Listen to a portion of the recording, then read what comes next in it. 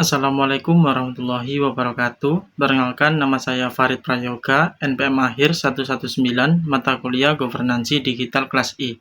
Di sini saya akan menjawab beberapa pertanyaan UTS yang telah tersedia yang dibuat oleh Pak Bagus selaku dosen pengampu. Soal pertama yaitu, jelaskan perbedaan antara tata kelola pemerintahan konvensional dengan berbasis digital. Tata kelola pemerintahan konvensional dan digital memiliki perbedaan yang sangat signifikan yang memengaruhi bagaimana pemerintah dijalankan dan berinteraksi dengan masyarakat. Pada sistem konvensional, proses administrasi dan pelayanan publik didominasi oleh cara manual dengan penggunaan dokumen fisik serta interaksi tatap muka. Ini menyebabkan birokrasi berjalan lambat dengan prosedur yang kaku. Keterlibatan masyarakat juga terbatas, mereka menjadi objek kebijakan tanpa partisipasi yang bermakna. Dan transparansi informasi minim, akuntabilitas pemerintahan sulit dipenuhi karena pengawasan yang konvensional dan kurang menggunakan data real-time. Sementara itu, tata kelola pemerintahan digital merupakan transformasi yang menyeluruh dengan mengintegrasikan teknologi digital dalam seluruh aspek pemerintahan. Digitalisasi tidak hanya menggantikan dokumen fisik dengan digital, tetapi mengubah paradigma birokrasi menjadi lebih terbuka, efisien, dan adaptif. Berbagai layanan publik perencanaan dan perizinan kini dapat diakses secara online, mempercepat proses layanan, dan meningkatkan transparansi serta akuntabilitas melalui pengawasan berbasis data real-time.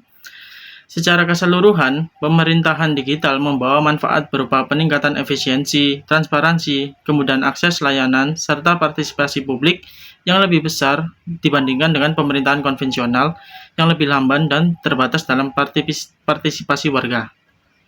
Adapun contohnya pada pemerintahan yang sekarang terjadi. Untuk tata kelola pemerintahan secara konvensional yaitu, proses perizinan tradisional di kantor dinas dapat dilihat dengan sistem antrian yang masih berbentuk fisik, berkas disusun manual, dan waktu proses yang cukup lama. Untuk tata kelola pemerintahan berbasis digital yaitu seperti penerapan SPBE atau sistem pemerintahan berbasis elektronik di daerah seperti Bandung, Jakarta, dan Surabaya.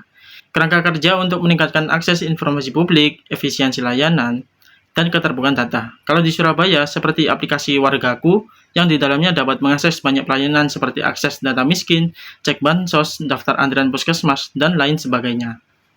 Dan soal yang kedua yaitu, jelaskan solusi yang dapat dilakukan oleh pemerintah untuk menyelesaikan permasalahan kesenjangan digital yang dialami oleh aktor pemerintah dan masyarakat.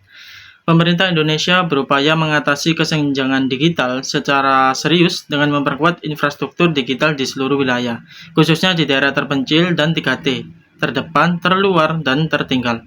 Infrastruktur utama yang sedang dibangun adalah jaringan fiber optik Palaparing integrasi yang menggabungkan jaringan Palaparing Barat, Tengah, dan Timur. Selain itu, satelit multifungsi Satria 1 yang diluncurkan sejak Juni 2023 berperan sebagai pendukung jaringan untuk melayani titik layanan publik di wilayah sulit yang dijangkau. Adapun pendanaan Universal Service Obligation berfungsi sebagai sumber pembiayaan untuk mendukung pemerataan akses telekomunikasi. Pendekatan ini merupakan strategi top-down di mana pemerintah berperan sebagai fasilitator dan regulator dalam mendorong akses digital merata yang penting untuk pemerintah dan masyarakat. Pemerintah juga fokus meningkatkan literasi dan keterampilan digital, khususnya bagi aparatur negara, UMKM, dan komunitas desa melalui pelatihan digital dan program seperti Kartu Prakerja. Jadi dapat disimpulkan bahwa terdapat beberapa solusi untuk menyelesaikan kesenjangan digital, yaitu 1. Memperkuat infrastruktur di daerah terpencil, khususnya 3T. Yang kedua, membangun jaringan fiber optik Palaparing yang membentang hingga 24 provinsi di seluruh Indonesia. Yang ketiga, meluncurkan pendukung jaringan multifungsi satelit Satria 1 di wilayah sulit dijangkau. Yang keempat, pendanaan Universal Service Obligation untuk mendukung pemerataan akses telekomunikasi. Dan yang terakhir, meningkatkan keterampilan digital khususnya pada UMKM dan komunitas desa melalui pelatihan digital. Soal yang ketiga yaitu, sebutkan dan jelaskan tantangan apa saja yang dialami dalam implementasi e-government yang diterapkan di negara-negara berkembang. Pertama, permasalahan terkait infrastruktur dan akses. Sejumlah negara berkembang masih menghadapi kondisi jaringan internet yang belum merata, kecepatan koneksi yang terbatas, serta ketersediaan perangkat keras dan fasilitas penunjang yang kurang memadai. Kondisi tersebut menyebabkan layanan digital sulit diakses secara luas, khususnya di wilayah terpencil, sehingga manfaat transformasi digital belum dapat dinikmati secara merata oleh masyarakat dan pelaku usaha. Kedua, Aspek sumber daya manusia, literasi digital, serta budaya organisasi. Tingkat literasi digital yang masih rendah, baik di kalangan masyarakat maupun aparatur pemerintah, menjadi hambatan dalam pengabdosian layanan digital secara menyeluruh. Selain itu, budaya organisasi yang cenderung bersifat hierarkis dan adanya resistensi terhadap perubahan teknologi turut memperlambat laju inovasi, serta menghambat proses integrasi lintas lembaga. Yang ketiga, isu keamanan data dan perlindungan privasi menjadi perhatian sentral. Percepatan transformasi digital meningkatkan risiko serangan siber, kebocoran data, serta penyalahgunaan informasi apabila kontrol keamanan tidak diterapkan secara optimal. Negara berkembang dan keterbatasan sumber daya sering mengalami kesulitan dalam membangun arsitektur keamanan yang menyeluruh. Soal yang keempat yaitu, menurut Anda, bagaimana penerapan prinsip transparansi dan akuntabilitas dalam governansi digital dapat meningkatkan kepercayaan publik terhadap lembaga pemerintahan? Penerapan prinsip transparansi dan akuntabilitas dalam governansi digital memegang peran krusial dalam meningkatkan kepercayaan publik terhadap lembaga pemerintahan. Transparansi memungkinkan pemerintahan untuk membuka akses informasi secara luas dan jelas kepada masyarakat mengenai aktivitas kebijakan, dan penggunaan anggaran, sehingga masyarakat dapat memantau dan mengawasi jalannya pemerintahan.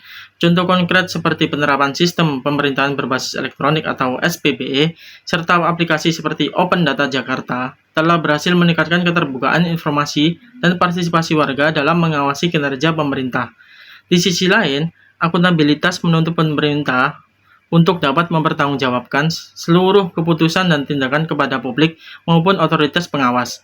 Dengan ketersediaannya pelaporan kinerja yang transparan dan mekanisme evaluasi yang jelas melalui platform digital, pemerintah menunjukkan komitmennya terhadap pelayanan yang bertanggung jawab dan dapat diandalkan. Kombinasi kedua prinsip tersebut menciptakan tata kelola pemerintahan yang bersih, efisien, dan responsif, sehingga meningkatkan kepercayaan publik terhadap institusi pemerintah. Oleh karena itu, pelaksanaan prinsip transparansi dan akuntabilitas melalui teknologi digital menjadi fondasi utama dalam membangun good governance pada era transformasi digital. Sekian dari saya. Wassalamualaikum warahmatullahi wabarakatuh.